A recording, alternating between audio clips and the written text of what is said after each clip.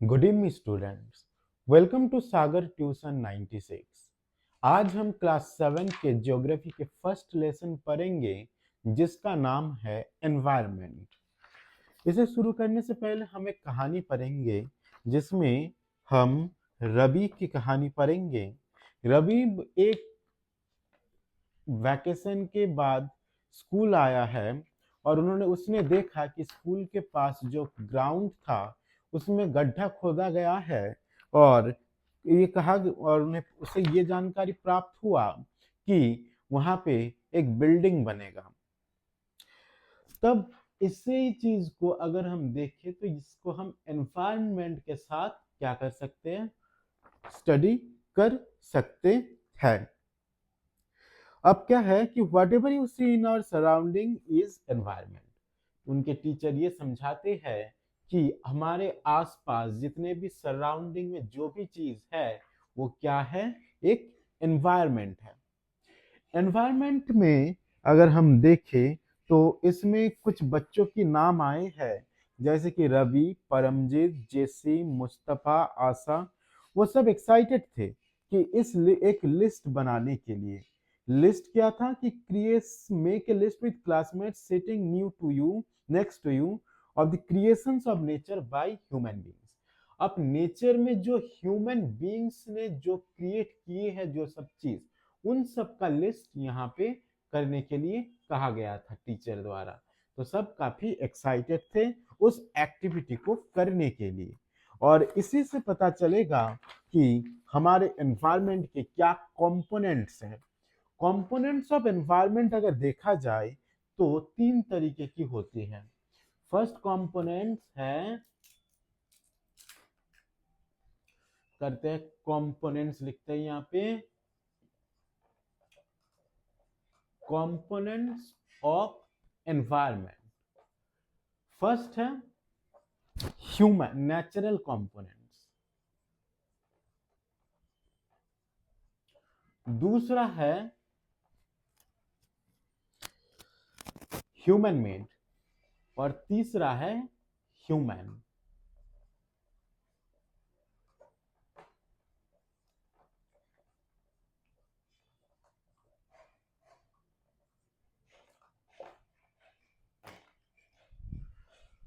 तो हमने क्या क्या सीखा यहाँ पे कि जो कंपोनेंट्स ऑफ एनवायरनमेंट है वो नेचुरल हो सकता है, ह्यूमन मेड हो सकता है और ह्यूमन हो सकता है। नेचुरल में आते हैं लिथोस्फीयर, एटमॉस्फेयर और हाइड्रोस्फीयर और बायोस्फीयर और लिविंग थिंग्स। नेचुरल एनवायरनमेंट ये सब आते हैं। अब हमें पता लगा समझना है कि लिथोस्फीयर किसे कहते हैं। क्लास 7 के हिसाब से लिथोस्फीयर को अगर समझना है हम बस यही कहेंगे कि लिथोस्फीयर वो है जो सॉइल, जहां पे सॉइल हो मतलब ग्राउंड सिस्टम, उसी को क्या कहते हैं, lithosphere. For example lithosphere solid crust और the hard top layer of the earth.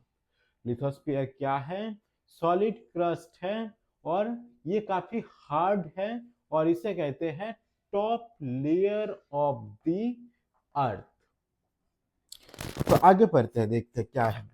Lithosphere is the domain that provide us forest. अब लिथोस्फीयर से हमें क्या क्या मिलता है, अब हम ये करेंगे। लिखते हैं लिथोस्फीयर। लिथोस्फीयर का फर्स्ट है फॉरेस्ट। लिथोस्फीयर में हमें क्या मिलता है, फॉरेस्ट मिलता है और ग्रासलैंड फॉर ग्रेजिंग। ये सभी चीज क्या है, लिथोस्फीयर के अंदर आते हैं।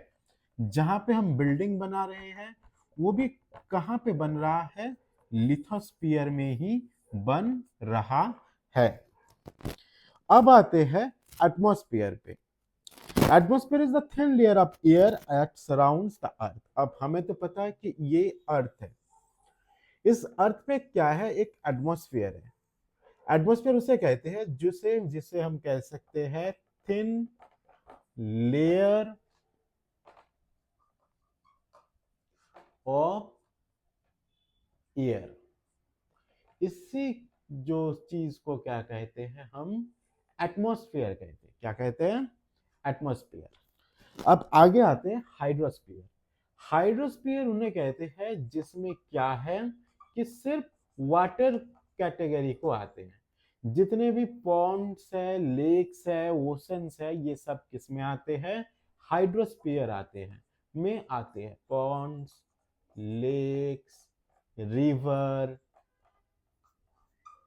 सी और ओशन, ये सभी चीज किस में आते हैं? हाइड्रोस्फीयर में आते हैं। नेक्स्ट है हमारा, हमने क्या क्या पढ़ लिया फिर?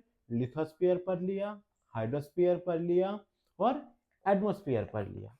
अब एक और चीज आते हैं जिसमें ये सभी जोन शामिल रहते हैं। फॉर एग्जाम्पल अगर हम देखें तो बायोस्फीयर, जिसे हम किस नाम से जानते हैं? बायोस्फीयर।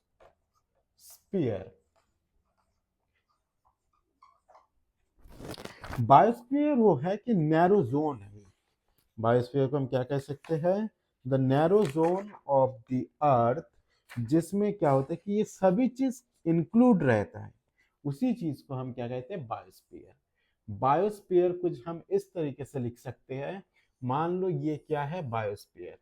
इसमें हमारे पास लिथोस्फीयर भी आएंगे, लिथोस्फीयर के बाद क्या आएगा? एटमॉस्फेयर, एटमॉस्फेयर, हाइड्रोस्फीयर, ये सभी चीज इसी के साथ क्या है? एक जोन में आते हैं जिसे हम कहते हैं नैरो जोन। सब कुछ इस बायोस्फीयर में ये तीनों चीज इंक्लूड होता है। क्या क्या? लिथोस्फीयर, हाइड्रोस्फीयर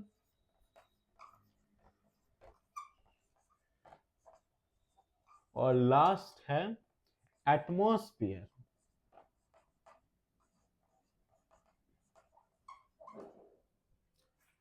अब आगे बढ़ते हैं, आगे एक नया टॉपिक पढ़ेंगे जिसका नाम है इकोसिस्टम। क्या? इकोसिस्टम। तो इकोसिस्टम किसे कहते हैं पहले मैं लिख लेता हूं एक बार। कौन सा टॉपिक पढ़ेंगे अब हम? इकोसिस्टम।